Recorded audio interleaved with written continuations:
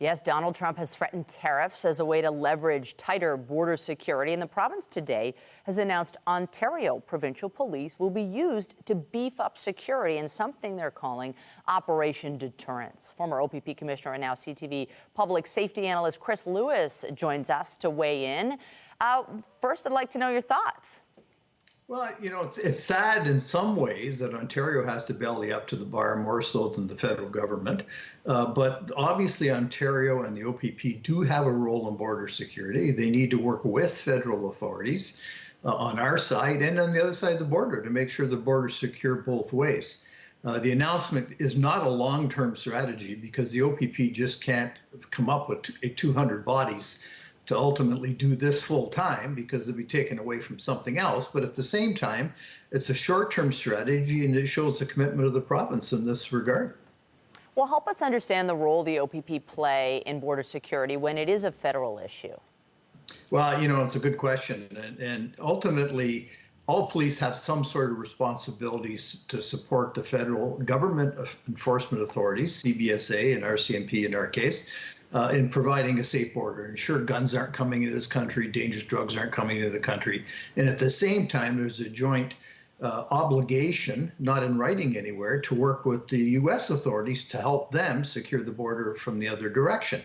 But the OPP and municipal police don't have the authorities under some of the federal laws relating to customs and immigration, smuggling and whatnot, that the feds do. So they got to work in conjunction at the same time by their presence and patrolling, gathering intelligence, sharing intelligence.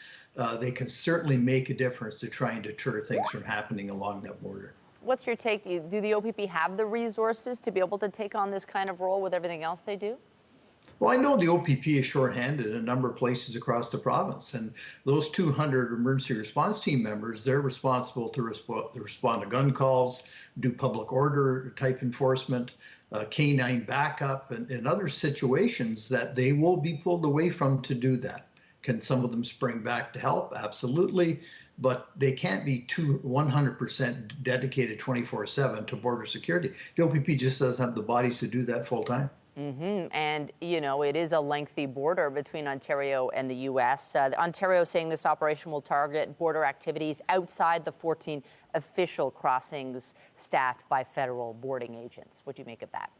Yeah, and that's the reality. St. Lawrence Seaway, for example, some things around the Great Lakes, other pieces of border that don't have a bridge or customs and excise group right there. That makes sense. The OPP have always done that, and they've cooperated in smuggling operations, and on a full-time basis and a part-time basis, and that should be their role. But to be doing it full-time without the RCMP, their presence with their authorities, and ultimately their responsibility doesn't make a lot of sense, but somebody has to do something. So at least Ontario is. Do you think, this is one piece of the border security puzzle. Do you think we're on our way to appeasing Trump and avoiding the 25% tariffs?